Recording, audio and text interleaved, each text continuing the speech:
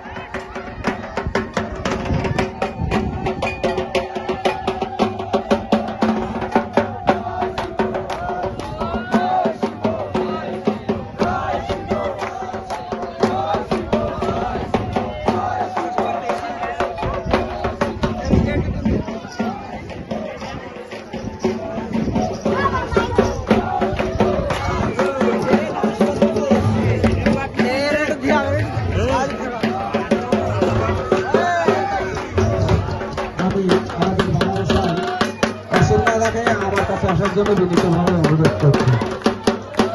আমাদের ভালা দাদা অসীম